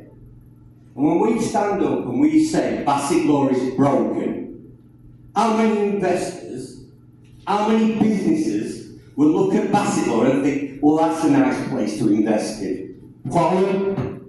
How many people will come here and want to come here when they hear you spouting your poisonous lyrics in this chamber? I'll tell you how many, mate. None. And how many businesses in Worksop, when they're reading or they're watching that TV, will think, oh, well, Reform is supporting our businesses. Look, they say we're broken. Those business leaders get up every morning to go to work and bring in money and employ people in Bassetlaw so they can live, so they can feed their kids, so they can have a life. But no, you just want to tell them it's broken. Well, I'm sorry, mate, but you and your Reform colleagues and any other person that wishes to join your group, if you think Bassetlaw's broken, why don't they go and live with you out of Bassetlaw? Because we don't want you here. Right. I'll now bring it back down to earth. Right. Tonight we are asking to make a choice about a future for Bassetlaw and a Labour administration to put forward a budget that is responsible, realistic and rooted in the need of our communities. It protects services, invests in our towns and keeps the council a stable financial footing at a time when many authorities across the county are struggling and many authorities across the county that are led by Reform. This budget does exactly what residents expect of us. It safeguards the essentials, waste collection, housing repairs, environmental services, community safety and supports the vulnerable residents. These are the services people rely on every single day. A Labour budget ensures that remaining strong, accessible and is properly funded. But it does more than protect the basic. It contains the long-term regeneration of Worksop, Retford, Harworth, Tuxford and our rural communities. It backs the projects that will bring new jobs, new investment, new confidence into our district. It supports our markets, our high streets and our cultural assets, and the infrastructure that underpins local growth. This is a budget that looks forward, not inward. It builds rather than cuts back. It plans for the future instead of managing decline. It's credible, it is honest, it is deliverable, it is legal compliant. Every figure is costed, every proposal is grounded in reality, every pound is accounted for. Residents deserve a council that treats public money with respect, and this budget does exactly that. Now, Chair, we also have before us a so-called alternative budget from Reform UK. And let's be clear, it's not an alternative. It's a collection of unfunded promises, misunderstanding of local finances, cuts disguised as savings, it risks stripping money from essential services, undermining regeneration already underway, disabling the council's finance position. It's not credible. It is certainly not the best interest of Bassetlaw residents. Rejecting it is not a political choice, it's a practical necessity. The Labour administration's budget gives us stability, investment and a clear plan for the year ahead. It protects communities, protects services and keeps Bassetlaw moving in the right direction. And it's the only responsible option for us tonight. Chair, members, I will be supporting the Labour budget and I will urge colleagues across the chamber to do the same. It is a budget that protects the residents, strengthens our towns and secures a better future for Bassetlaw.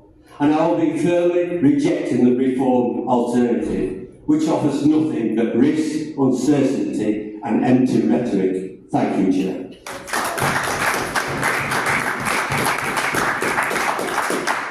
I heard that. Councillor Bashford. Thank you, Chair. I think at almost every full council meeting I just sit here and listen to the verbal party political declaration, many of the party also. It's always an education, however, to listen to David Presley's history lessons, but they also always see Labour in a perfect light, which is his right and it's his passion. Often he refers to what the Tories did. Actually, I'm a Conservative, not a Tory, just for that point.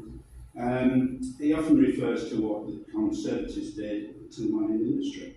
And he's absolutely right. Margaret Thatcher's government did have a devastating effect on the mining industry. However, for balance, I would like to state the following. It was Labour governments that closed most mines in the UK, and they too had a devastating effect on the mining industry. And when it comes to economics, Labour have often made some very strange ways in dealing with the country's finances.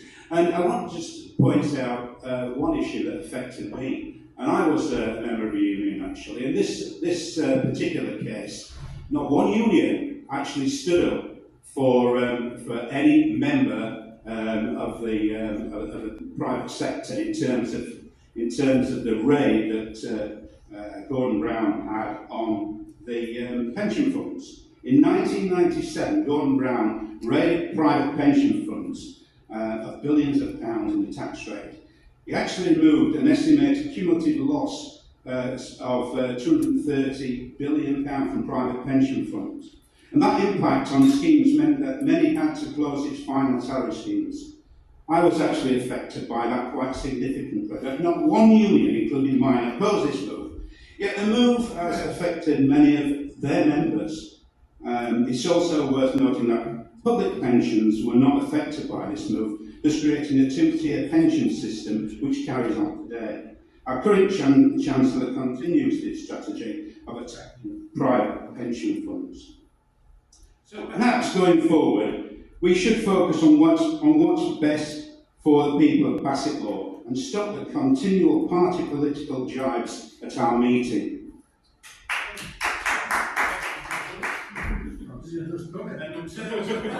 And in turn, you might laugh, but you know, I'll be going a damn good laugh next time I get back to raid from yourselves. What I would just like to point out a couple of instances in terms of the budget. Clearly, we're not looking at a massive increase at 2.99%, and I particularly wouldn't be voting against the budget that's been proposed. But I think we should certainly be looking at value for money. And I might be going a bit granular here, but when I've just looked at the budget, there is, I think it's about £1.2 million that's been set aside for smoke and carbon monoxide detectors. I know I'd be completely wrong in that, maybe someone would like to come back to me. But when I look at the cost of the smoke detectors and carbon monoxide detectors, you can pay around about £20 each for these, max. Now, if the budget is correct, that would buy us 99,000 items of smoke detectors and carbon monoxide detectors. And the other one I just want to touch on is the employee costs, which is actually going to go up by 29% if I'm reading the budget correctly.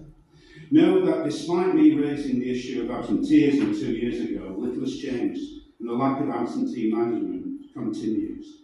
And that feeds into the cost of the employment. So I would certainly hope that going forward we could have some serious discussions around how we manage absenteeism within the council. And lastly, borrowing, and I'm sure this has been offset by investments. But I noticed that the budget for borrowing is now 22.2 million, or indeed an increase of 286% on this year's forecast. The planned borrowing over the next 3 years is also around 100% more than this current year's forecast. So that gives me some concern, but clearly we've got a balanced budget there.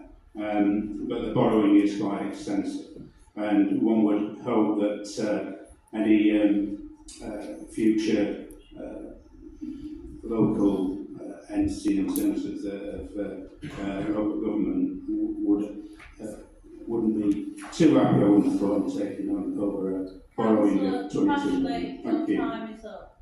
Thank you.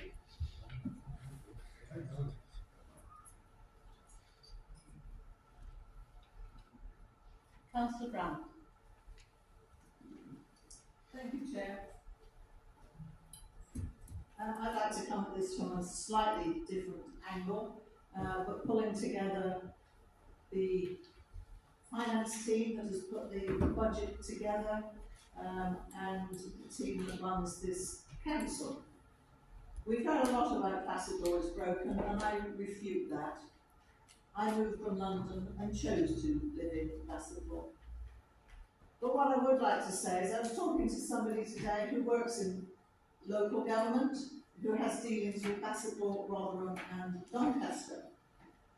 She lives in Rotherham. Her view is that Bassetlaw is by far the best council, and she thinks it's going to be a great shame that Bassetlaw will disappear in time. Thank you. So do we.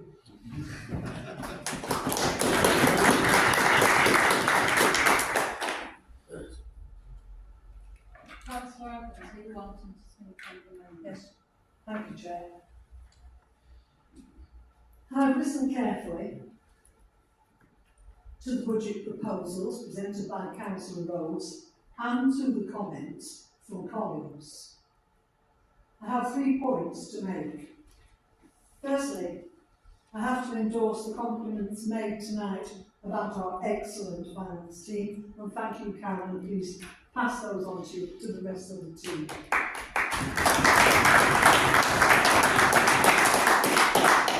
Secondly, a budget primarily has to demonstrate financial viability in order to deliver the services for the people we serve. This budget certainly supports this principle. Finally, a budget should not and never should threaten financial viability in order to attract votes. And for this reason, I cannot support the alternative budget. Thank you, Chair.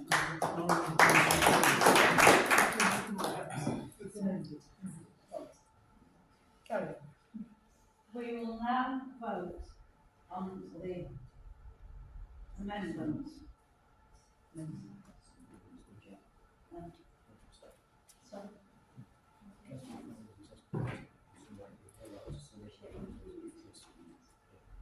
No, I've been advised there is no right to sum up on an amendment as we have 15 minutes to present it.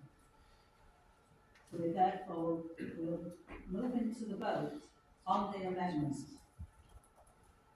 All those in favour of the amendment? Thank you. Under the Local Government Act, all budget votes must go to a recorded vote. We are, Councillor McFarlane, we are voting on an amendment, not on the substantive budget. This was the legal advice that was given 2 years ago at the council meeting.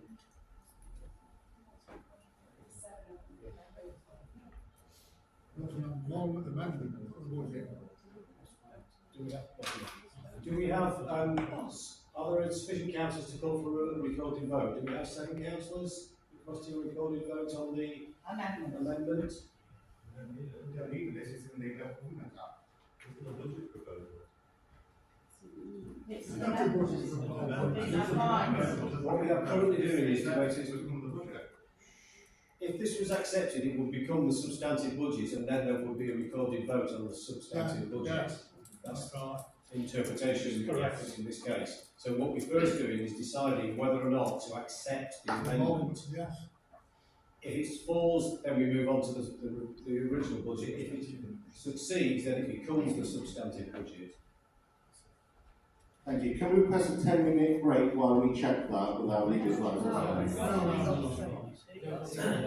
See, you've got a candidate for your job. Still. It's just failed this interview. I am, but I'm not getting anywhere. Just, yeah.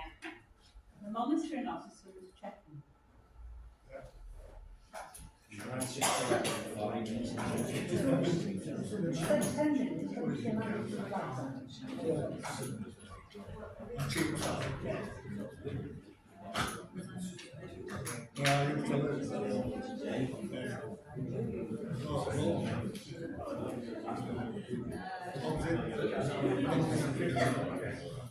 gone now.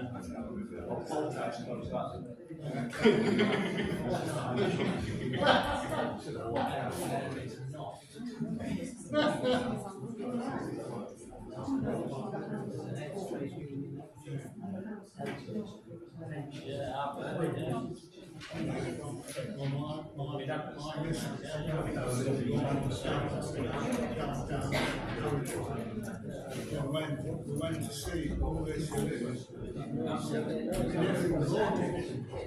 Yeah, it's all right. When he's got those, two lasses there, two daughters. He's got all the sons. Would you mind it?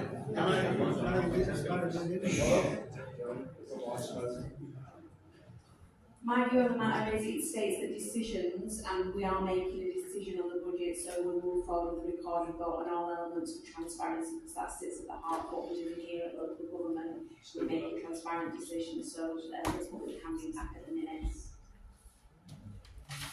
So for absolute clarity, what we are now voting on is the amendment.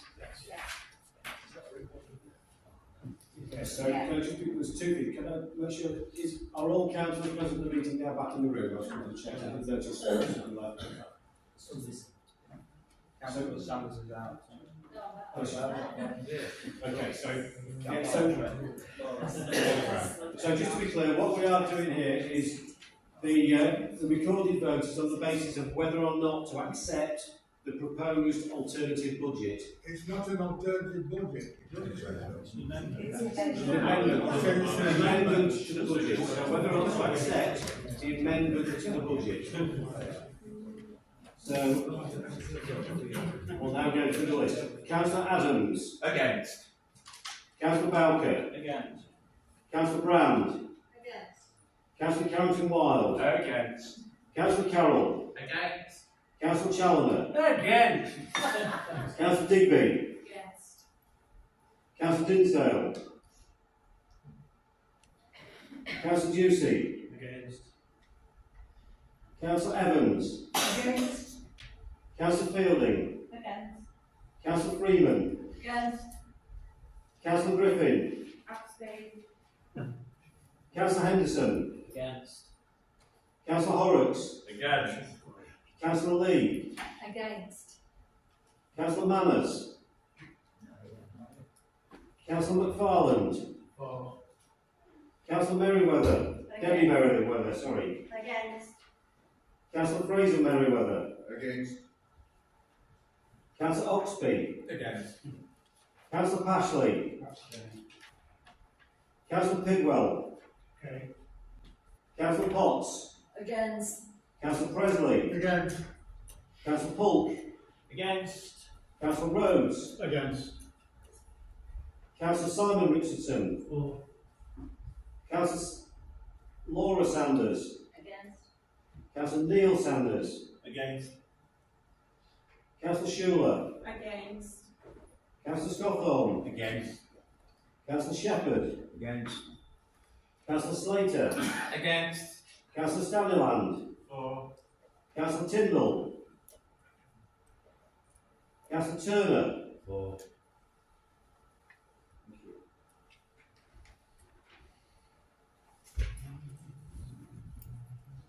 Close.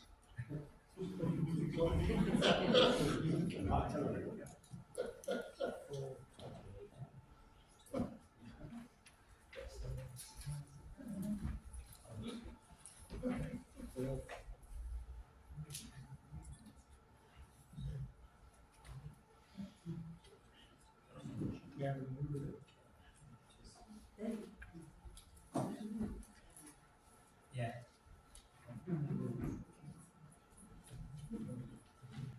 Result is 4, against 28, abstentions 2. The amendment is fallen. They were close, Are there any other comments? The amendment has fallen, so we now return to the original budget. Are there any other comments or observations? May I remind councillors they can only speak once for a maximum of 5 minutes. Councillor McFarlane. Thank you. I will keep this short, but I'll address some of the things that was raised with the alternative budget as well. One thing is disappointing in this budget, it's not just the headline figure of the 2.9% council tax increase, it's the number of fees that are going up that residents pay that they might not see on their council tax bill. Under this proposal, it's going to be more expensive to get married in Bassetlaw, to run a business in Bassetlaw, to park in Bassetlaw, and to give loved ones a funeral they deserve in Bassetlaw.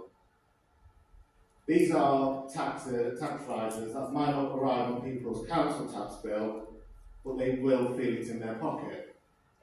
I don't know how to draft this budget, but it seems very similar to the Gordon Brown similar budgets, where the headline figure was one result, but the outcome for residents was something else. One thing I would like to raise in terms of what was discussed about the alternative one, there was a comment, a critical comment about a motion put forward over a year ago about a foreign flag being raised and the motion to pass that. That was the Israeli flag being displayed after a terrorist attack. And it's disgraceful that a Labour councillor criticises that. I thought the time of Corbyn's leadership had gone. Clearly not. We also had criticism tonight about Liz Truss and her involvement in her run of the economy. Well, let's not forget, we currently have Rachel from accounts. No tax rises, she promised. No tax rises. They have gone up. So 26.7, speaking to the matter under discussion. Councillors must speak strictly to the subject under discussion, not national politics. This is the budget for Bassetlaw District Council.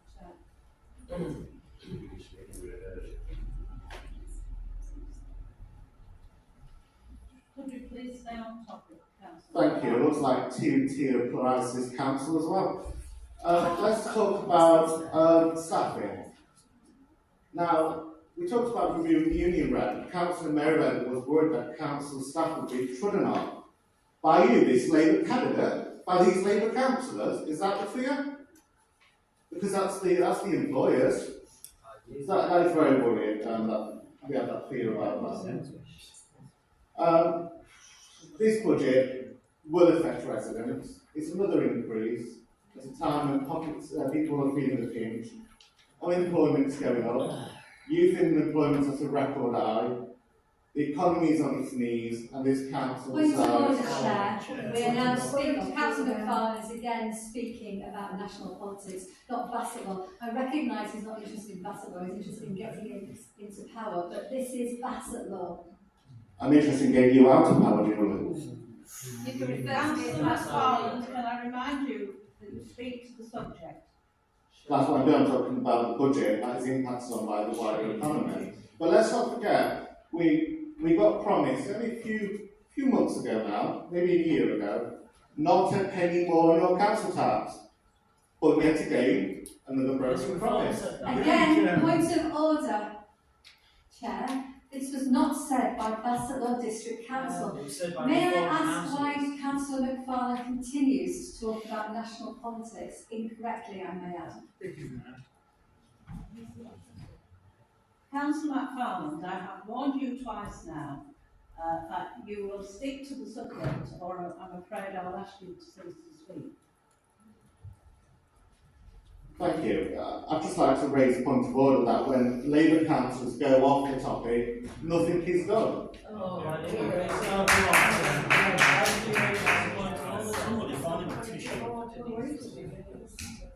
Councillor McFarlane, nobody raised a point of order, therefore it wasn't necessary. A point of order has been raised, and I have warned you not once, not twice. Please stick to the subject.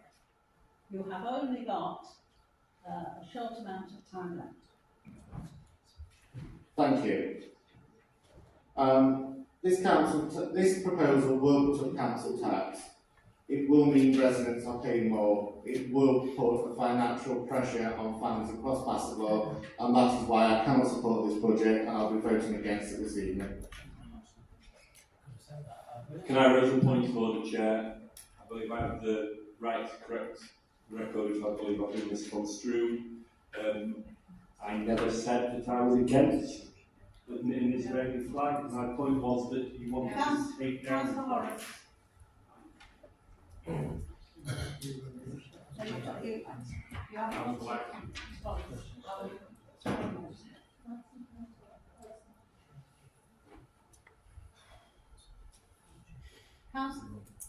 Councillor Shepherd. Thank you. Yes, I'd like to speak about the budget proposal from the point of view of overview scrutiny. Just looking at the minutes of 20th of January, overview scrutiny committee, we considered the council's budget 2026-27 as a presentation by the Director of Corporate Resources, Mick Wildman, and Councillor Alan Rose, Cabinet Member for Corporate Financial Services. As Chair, I prepared a written statement which you can read in full on page 247 in the agenda. And this was tabled at the meeting as a formal response from overview and scrutiny to the 2026-27 budget. And I'll just read a few lines from that. John, can you get a bit closer to it? Yeah, the Overview and Scrutiny Committee plays a central role in promoting good governance through effective financial oversight, challenge and assurance. Throughout 2025-26, the committee has reviewed budget and performance monitoring reports on a regular basis and engaged constructively with the Cabinet Member for Corporate and Financial Services and Section 151 Officer to seek assurance on the Council's financial position and resilience. The committee recognises the significant work undertaken by the Section 151 Officer and the whole finance team in managing financial pressures, maintaining robust financial controls and developing a balanced and responsible budget for 2026-27. This work has been essential in supporting sound decision making and in laying stable financial foundations ahead of the transition to a new unitary council. The committee voted unanimously to approve that statement as a formal response from overview scrutiny to the 2026-27 budget. So I would expect all members to vote for the budget tonight. Thank you.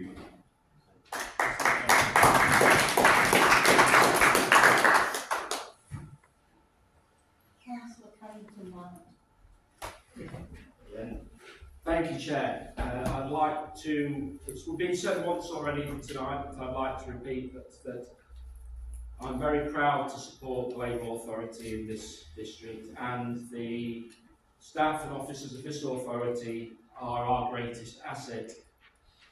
This authority draws from the best of both elected and unelected officers and members to produce yet again a balanced budget which is a source of pride to people of Bassetlaw as well as reassurance. To do all this in-house is something that we should be very proud of, and obviously we've become the envy of other authorities both in Nottinghamshire and beyond. This is in stark contrast to, unfortunately, Reform, who now employ a failed Conservative County Council leader, Ben Bradley, as their chief officer in local government delivery. Thank you, Chair.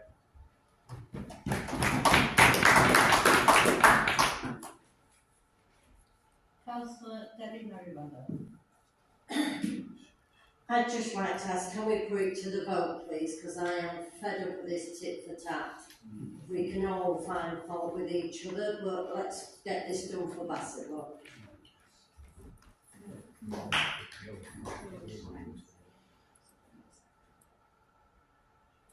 Is there anybody else that wants to make any comments? Councillor Stanley. Thank you, Chair. I'm not going to do the angry man routine, trying to intimidate the room, unlike certain councillors in the room.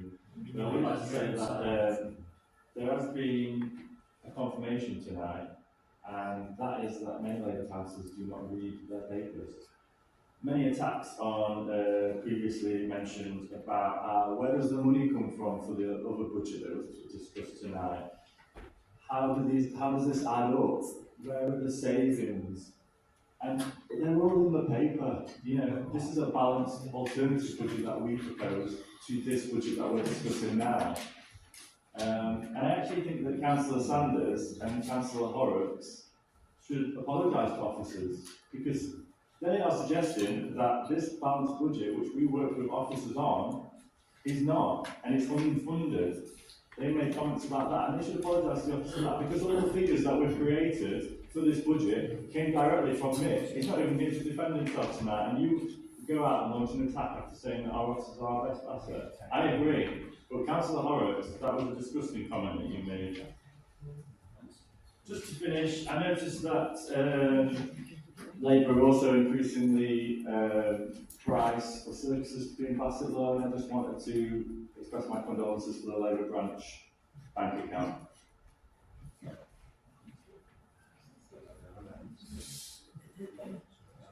Councillor President. Thanks, Chair. I just made the point, it wasn't an alternative budget, it was a budget amendment from the Reform UK PLC. You should put the PLC on that bit. So it wasn't a budget alternative, it was a budget amendment. And I want that minuted on the council minute tonight.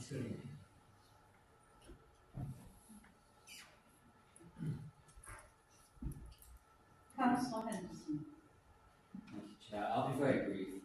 I think it's worth pointing out that the council tax charge levied by this authority is actually lower than the average for district councils in England. It remains so, even with a small increase. On the other hand, the council tax charge levied by the county council is one of the highest in the country. And Reform, in their election leaflets last year, promised that they would cut tax. And all they've done instead, they've come into the county council, which they now control, and they are going to put council tax up even further. That is a broken promise, Chair.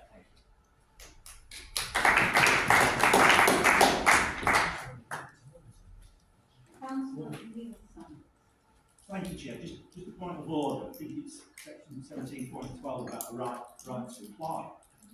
19 point, sorry. Do I have the right to apply to what Councillor Stanley has just said, please?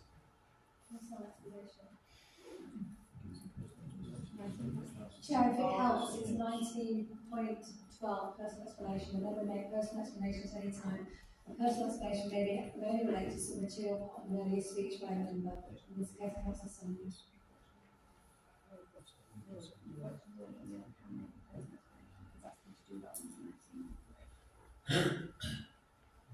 You wanted to make a personal explanation.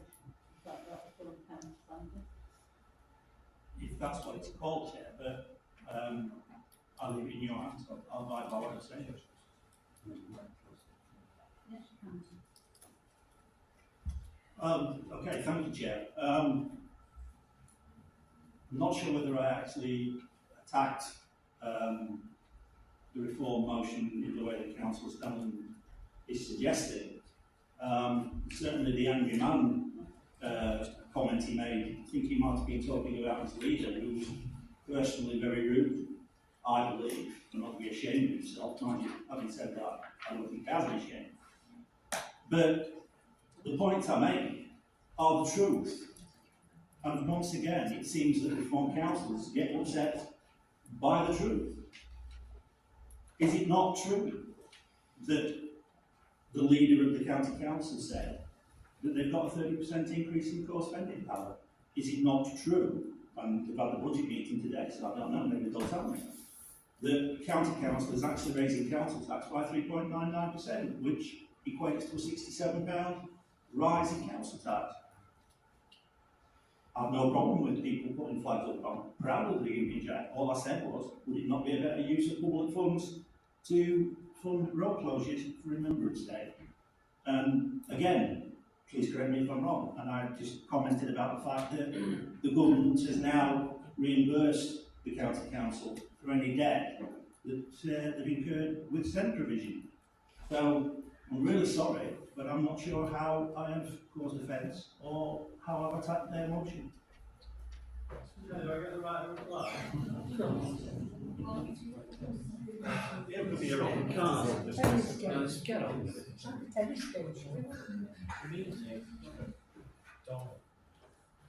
Councillor Sutherland, are you raising a point of order? Yeah, sure. If so, which one? Whatever you want. No.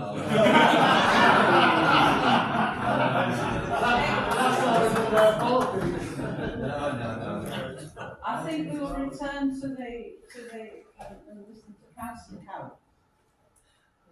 Point of order, Chair. Which one?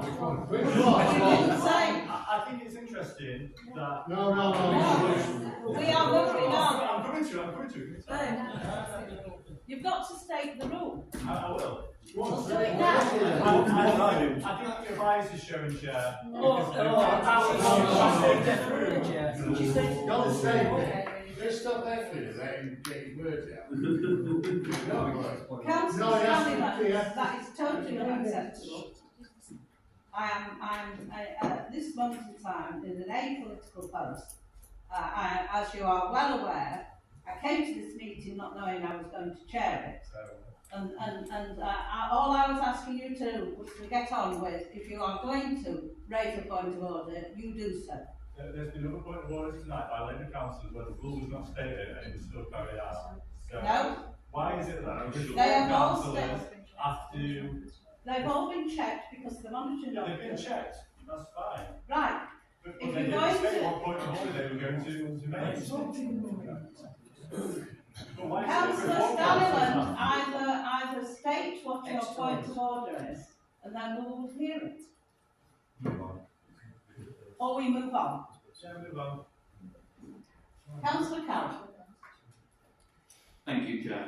You say it's a balanced budget from reform, but what about the hidden costs, such as what I've already questioned tonight, or redundancy costs? How would they be funded? Thank you. Councillor Carroll, chance to ask a question.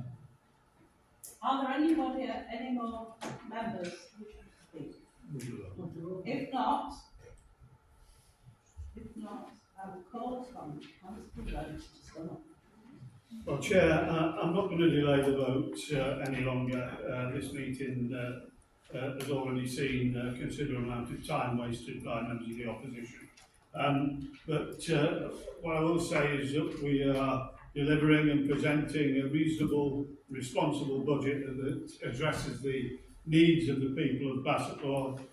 Can I thank members for their positive and constructive contributions? Can I particularly thank the Chair of Open and Scrutiny for pointing out the supportive cross-party statement that was made at the Scrutiny Committee. I was there and I could see that there were members of all of the parties represented on this council at that meeting. Thank you, colleagues, for rejecting Fraser's fantasy finances and giving us an opportunity to deliver a budget that will really meet the needs of the people of Bassetlaw.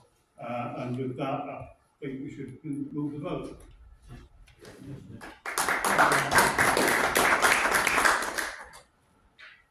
The recommendation is set out in pages 281 to 282. In accordance with the Local Authorities Standing Orders England Amendment Regulation 2014, recorded vote will be taken. Thank you, Chair. So again, just to confirm, this is whether or not to accept the budget as proposed. Councillor Adams. For. Councillor Bowker. For. Councillor Brown. For. Councillor Carrington-Wild. For. Councillor Carroll. For. Councillor Challoner. For. Councillor Digby. Councillor Ducey. Councillor Councillor Evans. For. Councillor Fielding. For. Councillor Freeman. For. Councillor Griffin. Yes. Councillor Henderson. For. Councillor Horrocks. For. Councillor Lee. For. Councillor McFarland. Against. Councillor Debbie Merriweather. For. Councillor Fraser Merriweather. For. Councillor Oxby. For. Councillor Pashley. Against. Councillor Pidwell. For. Councillor Potts. For. Councillor Presley. For. Councillor Polk. For. Councillor Rose. For. Councillor Simon Richardson. Against. Councillor Laura Sanders. For. Councillor Neil Sanders. For. Councillor Schuler. For. Councillor Scawthorne. For. Councillor Shepherd. For. Councillor Slater. For. Councillor Stannerland. Against. Councillor Tyndall. Councillor Turner. Against.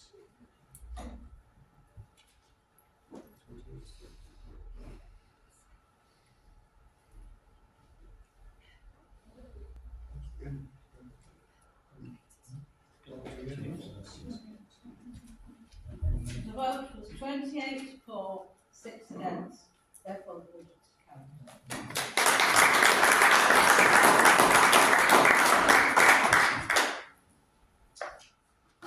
Agenda item number 9, report of the Chief Executive, pay policy statement, pages 305 to 318.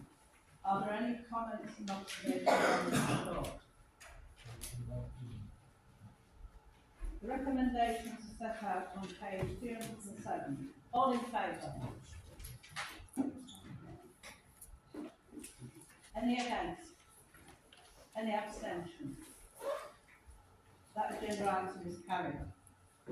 Agenda item number 10, report of head of legal and governance, update on antisocial behaviour policy, has been deferred to the 12th of March meeting.